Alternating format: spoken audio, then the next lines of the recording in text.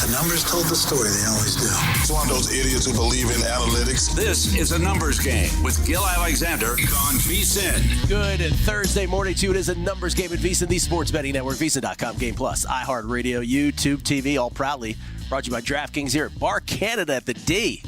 Downtown Las Vegas. Gill Alexander, Kelley, Bydlon. Yeah. What's happening, man? You good? I'm doing great. Got that schedule fever? Yeah, man. Actually, I'm just really... fever. I forgot to send you... I thought I sent you a video yesterday, which I'm now really frustrated I didn't. Kelley has spent the 90 seconds prior to the broadcast today telling me about this thing he sent me yesterday. I'm like, I have no idea what you're talking about. I'm like, oh, yeah, I sent it to someone else. Yeah, not me. On the show today, we will talk about a smattering of things. Zach Cohen on tennis. He's got a thought on the NBA draft. He's got a thought on the first overall pick. Yes, he does. Which I did not expect to see coming this morning. Nick Whalen on the NBA. Jonathan Davis will join us to talk hockey. Is he in studio or on table with us? Do we know? I don't think so. Okay. All right. Adam Burke. Now, that's a get right there. We'll talk baseball. We'll update the Guardians with him as I steal the Guardians for one more month. We'll do all that. We will also have Steve Fezzik will be on the show tomorrow, but Steve Fezzik has made all of his Week 1 NFL plays. We will share those with you. All of them? He's stopping after today? No, he's not stopping. I don't think he was aware that DraftKings put out week after week of NFL lines. So I think he was just locked into Week 1. This is a little bit what we were talking about yesterday, though. Just the order some of us have all gotten used to, right? The schedule of when things get posted, odds-wise, when these releases happen. Yeah. We all kind of have to reset our processes. Well, so here's the deal on schedule release. Again, I always refer to NFL Draft Day as Christmas for adults. This is kind of like, I don't know, what's the holiday equivalent? President's Day schedule release. It's awesome because from a betting perspective, it gives us the ability to sort of plan bets. Let me explain. Can we throw up the Trip Tepper tweet, by the way? Trip Tepper tweeted this yesterday, and I just wanted to start with this because it sort of explains the brief history of a numbers game with these kinds of schedule releases. Trip Tepper said, ANG has really altered my approach to NFL with total betting, with season win total betting.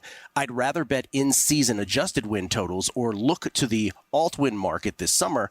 I look for under 90% of the time, not sure the schedule release will trigger even a single win totals bet for me this week. Now, what he means by that is I, for many years on both the Betting Dork podcast and the Beating the Book podcast, and then the early days of a numbers game, talked about this stock market-like vehicle that I used to bet into, this off-the-grid stock market-like vehicle.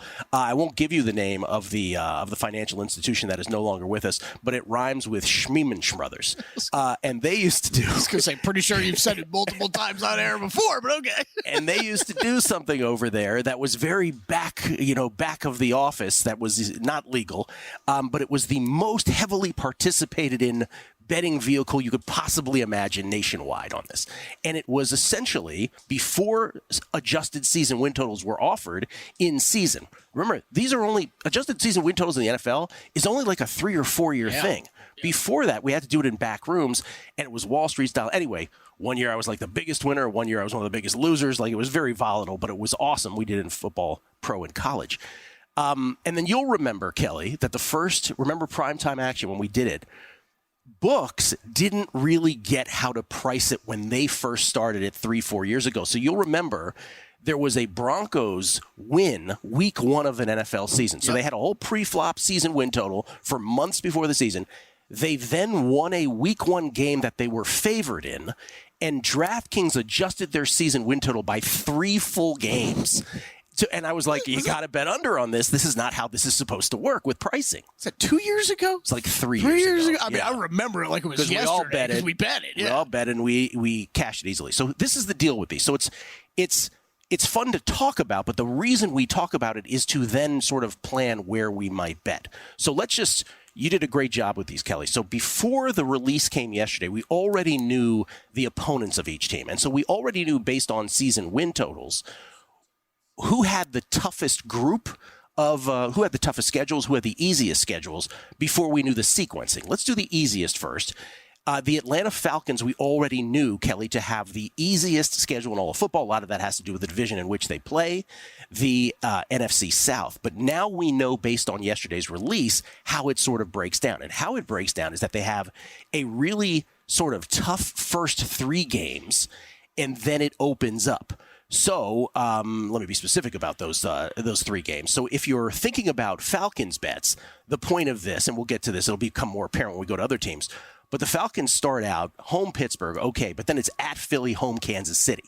So if you're thinking about going over on the Falcons, like if that's your inclination, you may want to hang out till after week 3, right after the Eagles and Chiefs games. So these are the kinds of things. That's just a brief example. This is the kind of things that we're trying to look at.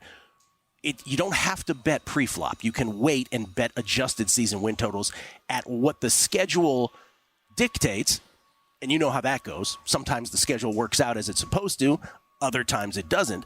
But if you have an inclination on one of these teams over under, know where the dip is. It's kind of like live betting, just That's in right. a game, right? Like That's you right. can circle spots of where you think you're going to be, you hope to get in. Doesn't always play out that way, right? That's So right. you got to be okay. If it were that easy, it'd be that exactly. easy. Right. So it's always it's just like, preseason win total bets you make for a reason because you're usually a little bit more confident in. These, I think you want to set, you can look for spots, and whether it's division odds, conference, it could be any kinds of futures that you're betting. What I think maybe we'll do next week is we'll go through each one of these teams a little bit more deeply like this. Well, I want to go through the other easiest ones and hardest ones. So the other easiest ones, the Chargers. Okay, that's true. It is in terms of their aggregate group of opponents, in terms of season win totals. Remember, don't do it on last year's win percentage. Do it on season win totals. The Chargers have the second easiest. But if you really break down the Chargers' schedule, it doesn't really get that super easy until the final 4 games. That's when they play the Bucs and the Broncos at home, at the Patriots, at the Raiders. So they finish with a really easy flourish. So know that even though people are going to say they have an easy schedule, it really doesn't get super easy until then. It's not difficult until then, but that's when the easy flourish begins. So keep that in mind if you're like, I want to bet the Chargers over. What's the ideal time? Bears. Boy, did Caleb Williams find himself in a great situation, not only as a number 1 pick in the draft with great built-in teammates, but the Bears have an easy schedule. Keep in mind they do have a 3 in a row, late November and early December. That is the most difficult part of that schedule. And what I'm referring to there is they've got an at Lions, at Niners, at Vikings, 3 road games in a row part to their schedule, followed by a home game against the Lions. So it gets difficult later. In other words, something to just note in your schedule analysis. Oh, the Bears are easy, but it does get hard later. Jets, also one of the easiest schedules in all of football with Aaron Rodgers now coming back from the Achilles injury, but know that it ends brutally. It's really easy up at the top at the beginning, but at the end they close with at Miami, at Jacksonville, home Rams, at Buffalo, home Miami. Oh my gosh, that's got in season under win total written under all over it for me. You see the exercise we're performing here, so that's the thing. Like, note that the ideal time perhaps to go under on the Jets, injuries aside, because that could throw off all of these, right? God forbid Aaron Rodgers goes down again or something like that. Especially week 5. They're doing the week 5 and they're not taking a bye week, going right back to play week 6. That's right. I'm in, Gill. London, week 5, and they've elected to continue to play the following week. The other 5th easiest schedule belongs to the New Orleans Saints. Again, a lot of that has to do with the division in which they play. But note that theirs starts hard. Week 2, after a week 1 game. Week 2 on, it's at Dallas, home Philly, at Atlanta, at Kansas City, and then move forward a few weeks and it's at the Chargers. So there is, despite the fact that they're going to be broadcast as a very easy schedule, there is that stretch between weeks 2 and 5 specifically where it's difficult. So you can plan, like let's say you have an inclination to bet the Saints over. Maybe you wait till after that stretch up through week 5 and then you bet it. We'll go through the hardest. And by the way, can I just do the one hardest? Because I think this is, of all the things that happened yesterday with the schedule release, the single biggest headline to me is the Pittsburgh Steelers schedule. I think they are the big losers of schedule release day. The Pittsburgh Steelers, who we already knew who would have the toughest schedule in 2024. Did you see how their schedule broke down? Yeah. There's 17 games in an NFL season. Remember that, of course. This is the janky, uneven 17 games now. So it is damn near half their schedule. But the last 8 games of the Pittsburgh Steelers schedule, again, almost half of their schedule. Here are their last 8 games, Kelley. This is incredible. Home Baltimore, at Cleveland, at Cincinnati, home Cleveland, at Philly, at Baltimore, home KC, home Bengals. You have got to be kidding me. That is the worst 8-game gauntlet I have ever witnessed in my life. We talked about how the Chiefs had a bad 7-game gauntlet, but they're the Kansas City Chiefs, right? And we said, well, if they can go 4-3, they might take it, that kind of thing.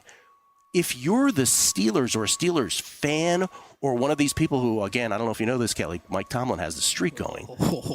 If Mike Tomlin is going to keep the not having a losing season streak alive, they are going to have to bank a bevy of wins before they get to those final 8 games. Because otherwise, it ain't happening. Not to mention that they start at Atlanta, at Denver in the elevation, and home Chargers. So it's not as if it's easy peasy to begin the season either. But those 8 in a row, they're the biggest losers of schedule release day. I've never seen anything like that before. Pretty sure it was less than 48 hours ago. I said basically these exact words with you of, I'm not messing around with the Mike Tomlin magic beans this year. That's right. After schedule release day, if you think the Jets I've got circled for an in-season under, yeah, Steelers. Brutal. We'll go through the other 4 of the toughest schedules. We'll also talk about who starts the easiest, who starts the hardest. We'll get to a whole bunch more NFL stuff and Steve Fezzik's Week 1 plays that he's already made. Some basketball and tennis and a thought on the number 1 overall pick from Zach Cohen. Next.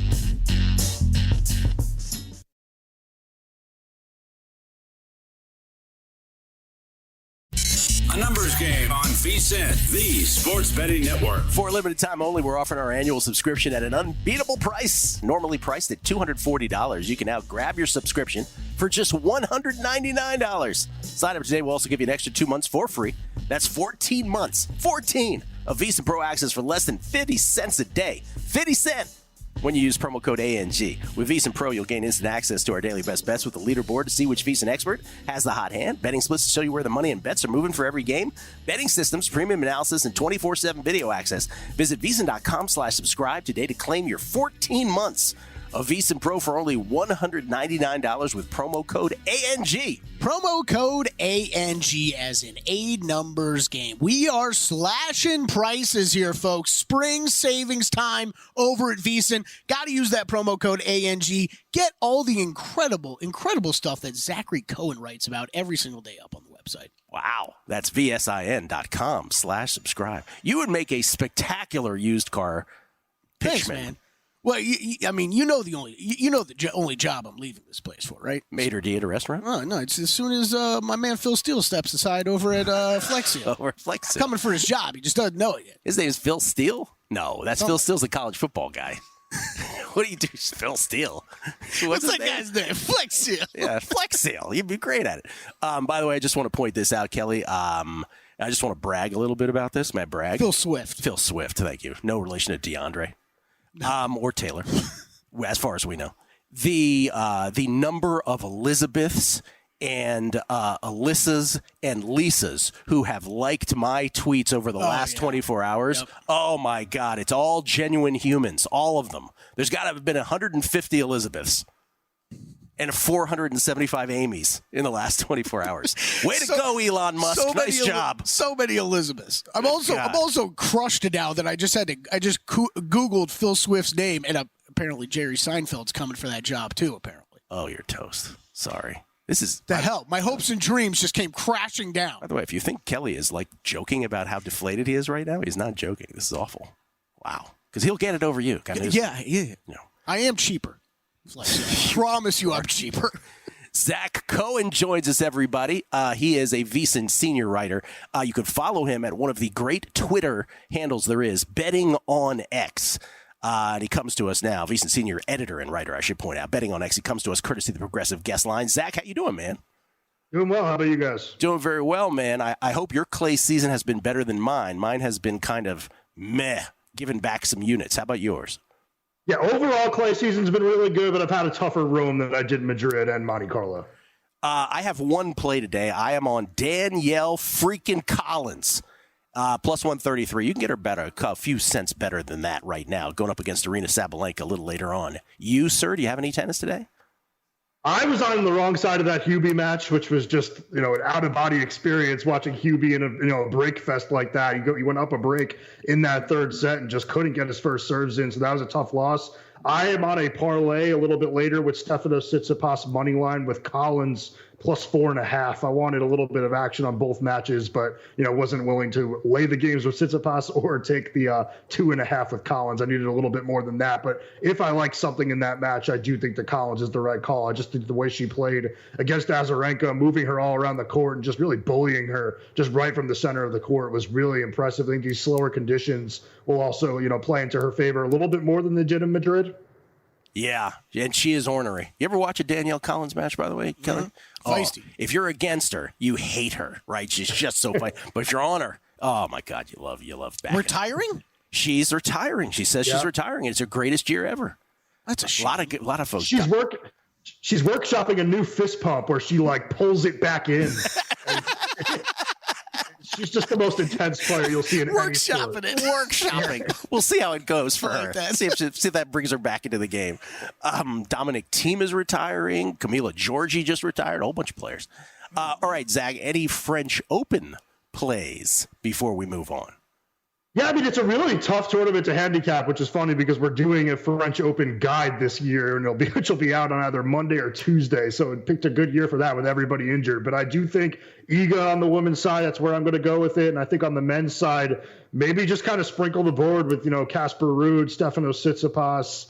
I could even be talked into Daniil Medvedev at 20-1, and just because of what we're seeing on the men's side with injuries. I guess I do think that if we hear some positive stuff out of the Alcaraz camp, maybe I'll take a bite at plus 200, but it's a little bit hard knowing that he might not be able to rip that forehand.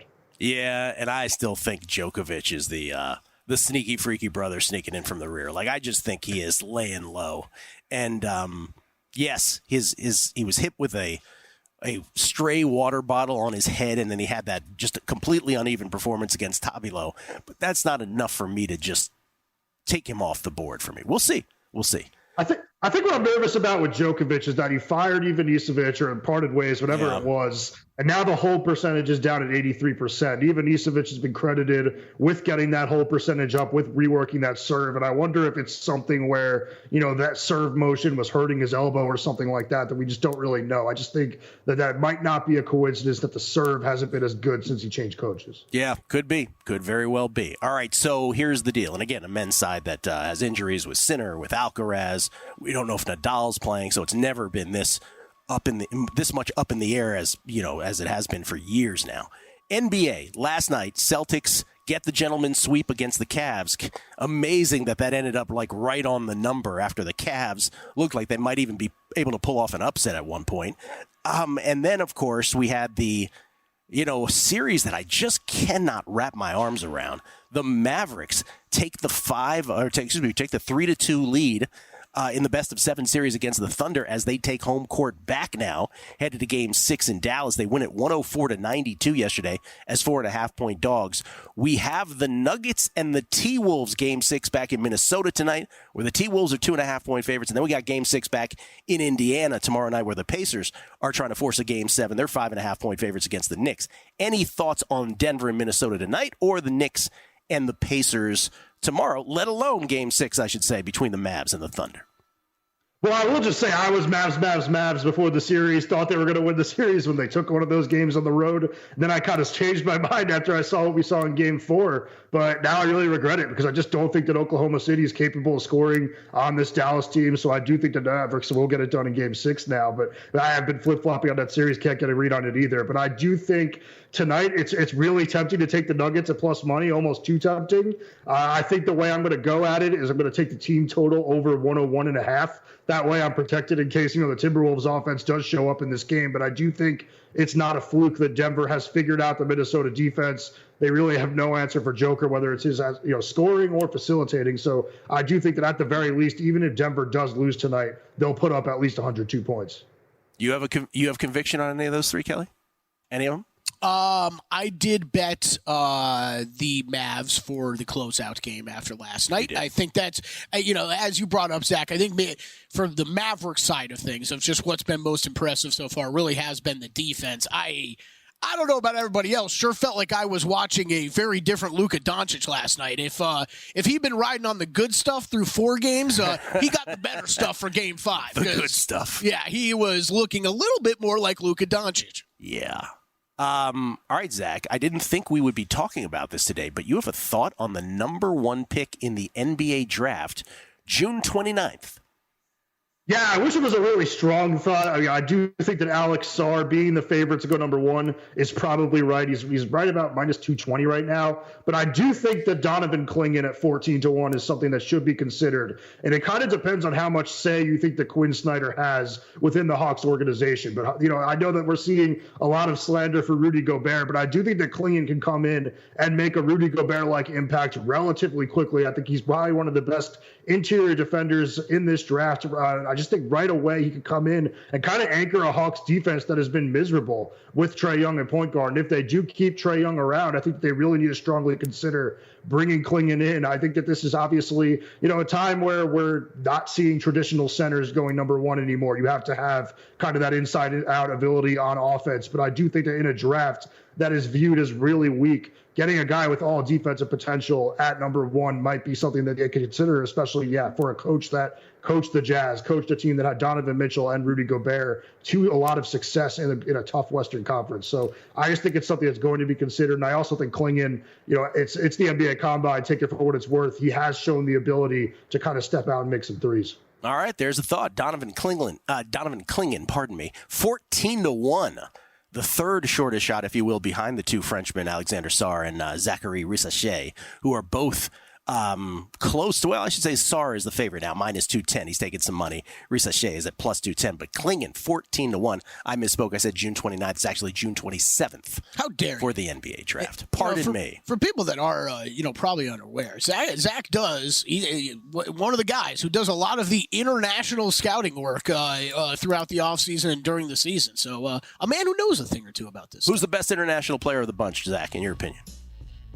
I think Topic is going to be really good. There's some concerns about his jumper, but I think he's unbelievable. Nikola Topic. He's going to be Get ready. Jokic, Topic, let's go. We have a Nikola Jokic, a Nikola Jovic, and now we will have a Nikola Topic. That'll be fun. Zach, thank you. Appreciate it. Good luck today, man. Thanks, guys. We'll come back. We'll update the PGA where Xander is doing his thing because, of course, it's the first round. What, he lost? A numbers game on VSiN, the Sports Betting Network. This segment is brought to you by Zyn nicotine pouches. Few things are as rewarding as winning the big game, but rewards from America's #1 nicotine pouch comes close. Zyn nicotine pouches are smoke-free, spit-free, hassle-free, and can be enjoyed anywhere, anytime. Plus, every can earns you points towards 70-plus premium rewards items. Find your Zyn at your local convenience store or online at Zyn.com. That's ZYN.com. Warning, this product contains nicotine. Nicotine is an addictive chemical. That's breaking news right there at the end.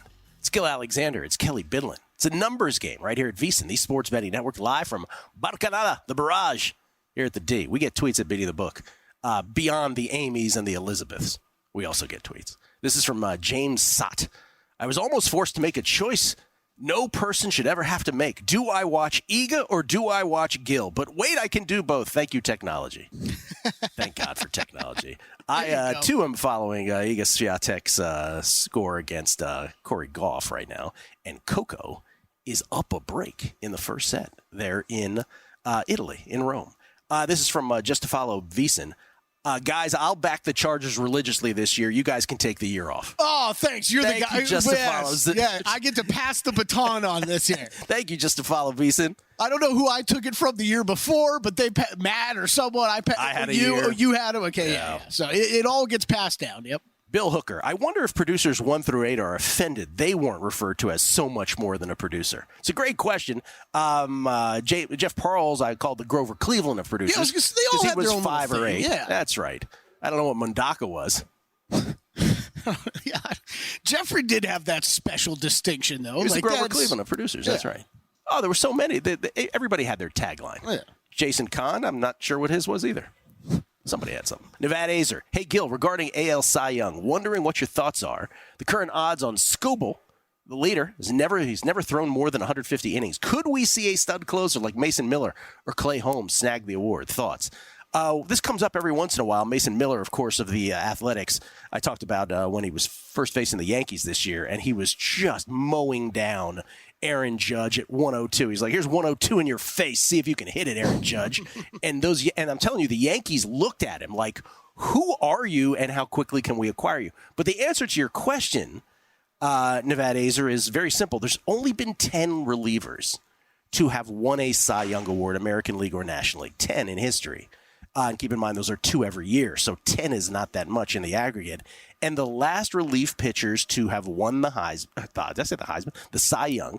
Eric, who won that? The last reliever to win the Heisman. You may not know about this. Eric Gagne, 2003 with the Dodgers, famously. Eck won it with the Athletics in 1992, and then I think we had Mark Davis in 89 with the Padres, Steve Bedrosian in 87 with the Phillies, Willie Hernandez before that in 84. 84, we actually had... we had 84, we had Hernandez with the Raleigh Fingers in 81. You get the idea. It doesn't happen that often, and it hasn't happened since Gagne, a juiced-up Gagne, won in 2003. So the answer to your question is I wouldn't bet it. It makes for a great conversation. We talk about it year after year. Remember, it was a Zach Britton year. We talked about it as well. But you don't get any extra dollars for the hero points of being the guy to hit it when it finally does. Yeah. And I'm not saying that, with snark. I'm just saying it's just kind of how it is. Right. So I wouldn't bet it. I mean, it's how many awards do we talk about, right? Where it's the best that we can do sometimes is lay out what the track record's been of how voters have looked in the past, right? And at the end of the day, you're betting on what other voters think, and not what actually gets decided on a field. It's hard enough. Let's put it this way, Nevada Azer. It's hard enough to win on these awards when we're right about who we're voting on, and it still doesn't win. That's kind of why I'm bringing it up. Can I quick sidebar, real quick? Maybe this is a news story that everybody knows about, but if you know me at all, I just things go over my head like crazy. No. Have you caught this portal thing they set up in New York City between New York City and Dublin? It's like a video portal, so you could see I don't know where they put it in New York City, but it'll be a group of people in New York City. You can see into Dublin on the other side, and it's videos set up somehow, and it's just a big portal where you can see the other side, okay? Of course, what went wrong with it?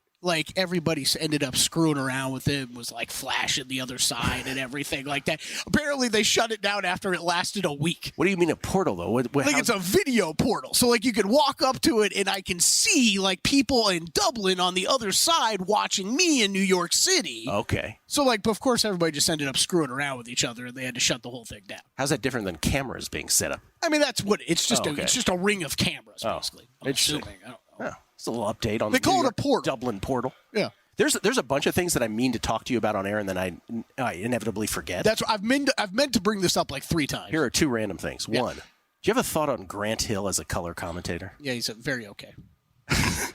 That's exactly my point. Grant Hill, who, by the way, we should all be so lucky to be Grant Hill. Super successful parents. He himself, one of the great basketball players of his generation before he got hurt. As good looking as can be. Mm-hmm. Just every beautiful wife and family. He's got everything going for him. I met him once in person. He was a great guy. Nicest human being on earth. I hate to say anything bad about Grant Hill, but he says nothing. It's like he wants to say words.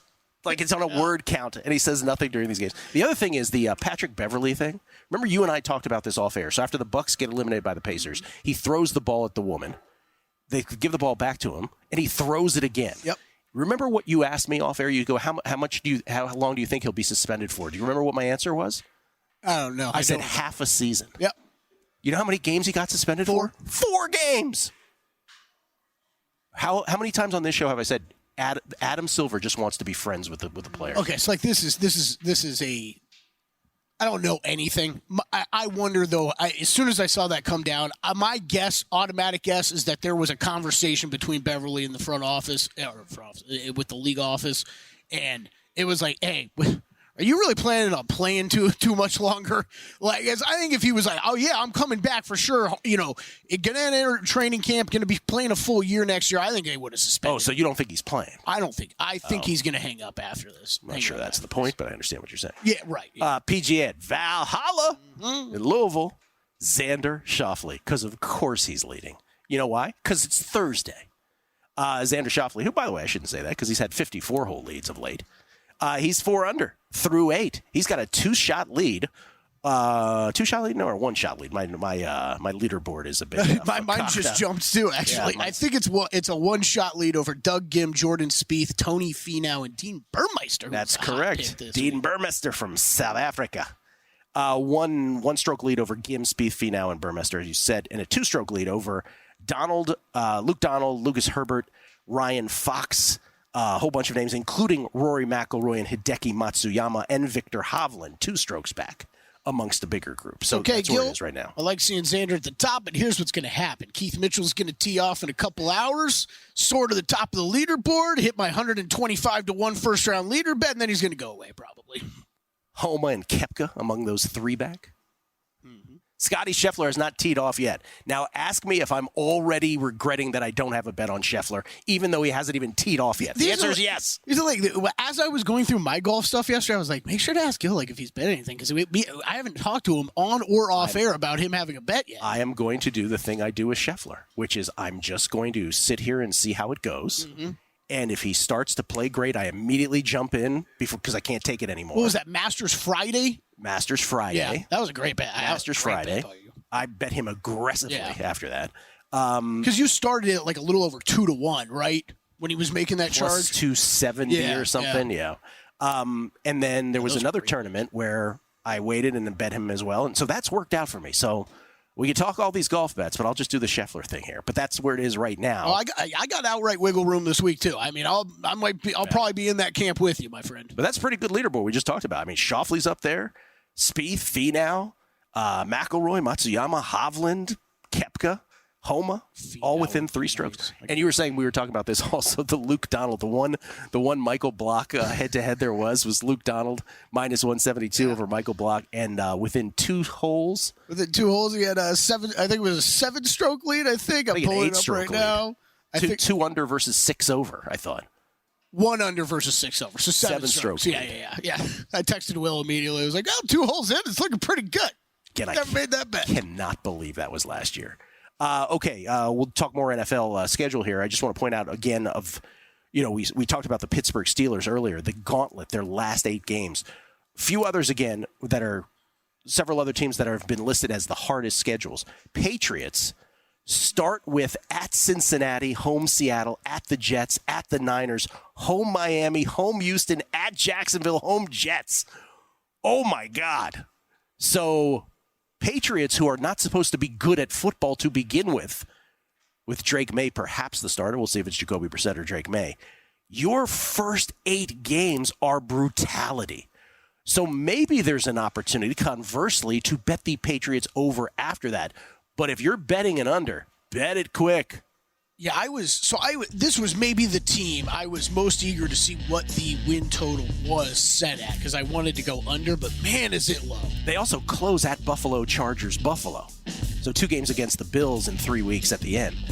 I mean, Steelers, horrible final 8, but the Patriots are just brutalized from the beginning.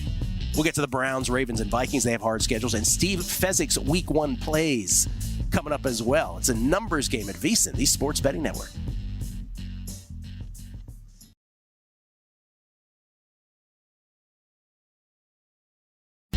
A numbers game on VSiN, the Sports Betting Network. Sound the trumpets. It's horse racing time, so saddle up for action with DK Horse, an official DraftKings affiliate. Right now, new customers who download the DK Horse app can get a 100% deposit bonus up to $250 when you use promo code VSiNHorse. It's all one word, VSiN Horse. Just deposit $25 or more and complete the playthrough requirement. Wager on your favorite horses and watch the races live right in the app. Download the DK Horse app now. Why don't you?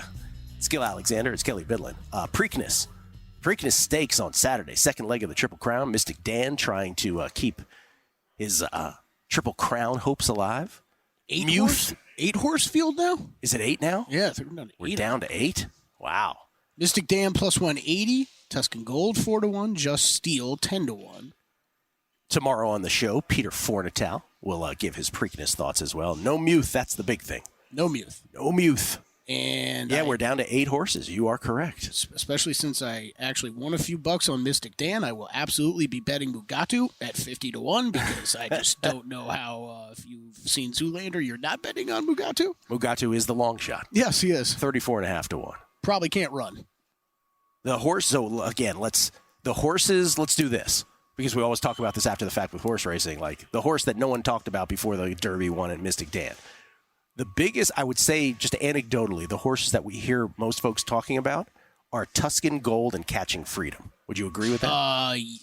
Tuscan Gold for sure. As always with the Preakness, I'm not hearing nearly as much talk as I heard 2 weeks ago. But yes, those are the two. I would say those are the 2 horses I have heard. And still not a lot of love for Mystic Dan, even though he's a short shot now. Yeah. Well, we'll find out what Fornital has to say tomorrow. Yeah. I mean, I don't know. I was going to go horse racing guy there for a second, but I don't know what I'm talking about.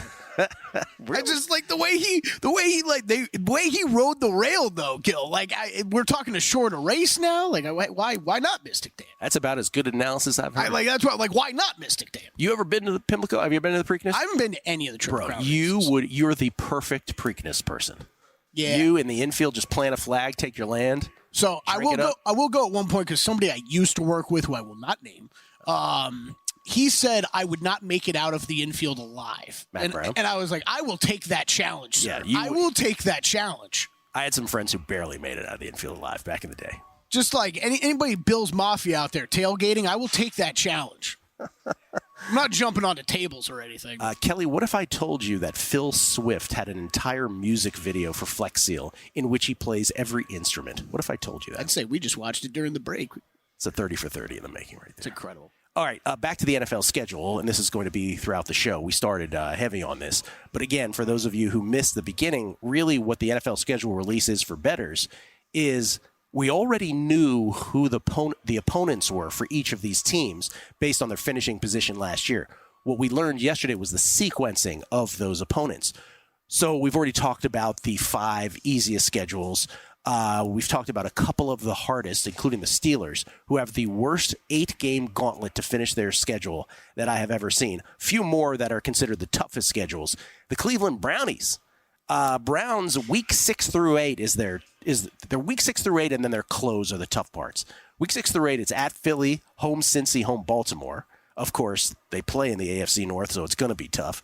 And then they close with at Denver, elevation, at Pittsburgh, division team, KC at Cincy, Miami at Baltimore. So the Browns definitely have a couple spots that you have to navigate. And again, when it comes to your bets, keep those stretches in mind and bet accordingly. Ravens, also an AFC North team, they start difficult at Kansas City, home Vegas, but then it's at Dallas, home Buffalo, at Cincy. They also have a tough stretch week 10 through 13 where they've got Cincy at home, at Pittsburgh, division rival, at the Chargers and Philly. So again, with the Ravens and the Browns, just know where those two parts of their schedules are. And then the other one, considered one of the top 5 hardest, is the Vikings.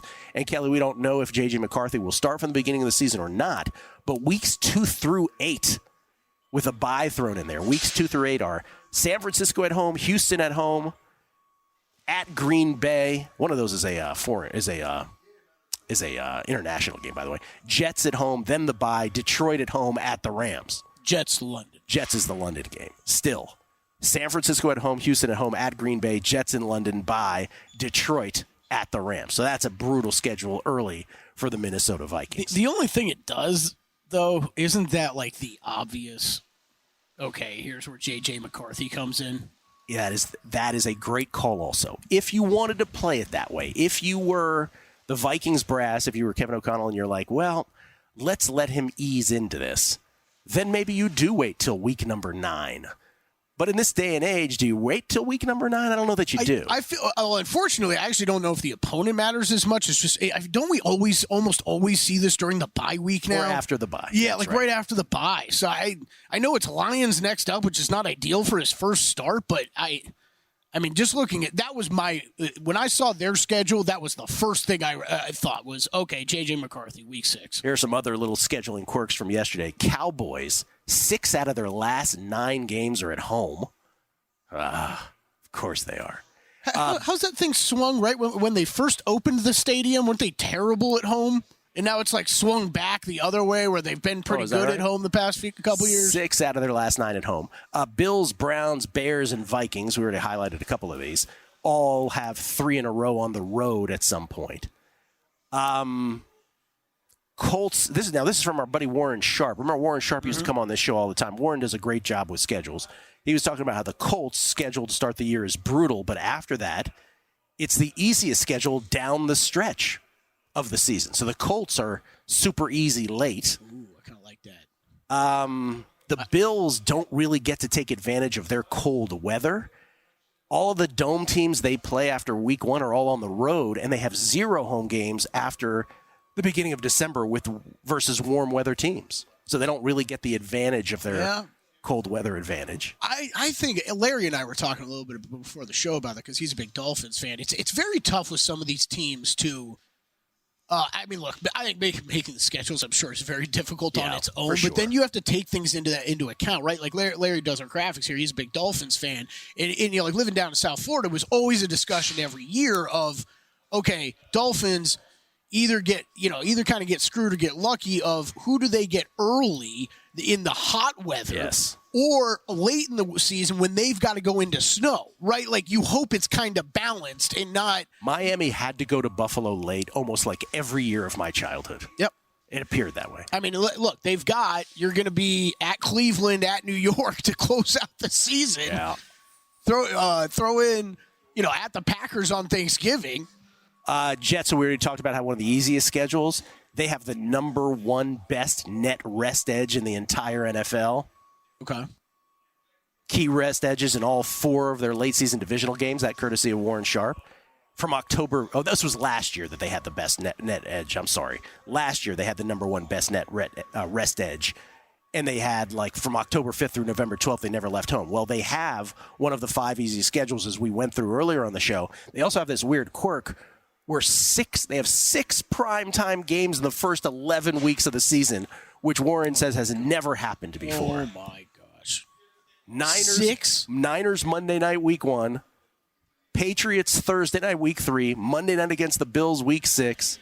At the Steelers Sunday night, week 7. Texans Thursday night, week 9. And then the Colts Sunday night, week 11. Oof. Aaron Rodgers force-fed to all of them. Yeah, force-fed. Wow, that is incredible. And then the last thing from Warren, he did the 5 easiest and 5 toughest for the first. We talked about it at aggregate for the whole season, but he did the 5 easiest for the first 5 weeks of the season and the 5 toughest. 5 easiest, Jets, which we went through. Niners, Seahawks, Bears, and Dolphins. We went through a bunch of those. And then 5 toughest to start, Tennessee, Kansas City, New England, Jacksonville, and the hardest of all of them, Baltimore, first 5 weeks, which we went through as well.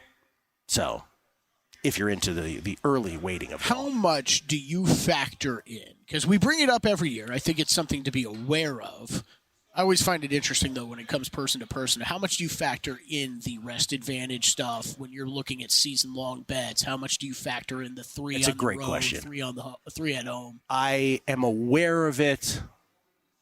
Has it nudged me over on a bet? Probably not. Has it given me pause and taken me off a bet? Yes. Does that make sense? I think you summed it up perfectly. If I had to, speaking for myself, I think I would answer the exact same way. Yeah. It's enough to give you pause, but I don't. Enough to hold you off a bet. I don't know that I've ever seen that and run to make a bet on a team because of that. And then, do we have enough time for this, or should we wait on Steve Fezzik?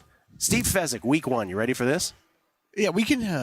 Let's wait for it. Because we'll go through week 1 lines. We got week 1 lines, so we'll go through Steve Fezzik's bet, and then he has just general thoughts about when you should be betting unders and overs and all this stuff. Well, Steve will be in tomorrow. We can talk a lot about it. And he'll be in tomorrow. How about 3? We've got 3 segments in a row tomorrow. Matt Grissom at the Shield, talking college baseball in town, and then Stevie Fezzik your last 2. At the Shield, baby. The Shield. All right, and we'll do that a little later on the show. But Nick Whalen on the NBA on the other side, Jonathan Davis on the NHL, Adam Burke will join us as well. Packed second hour of the Numbers Game at VSiN, the Sports Betting Network, coming up.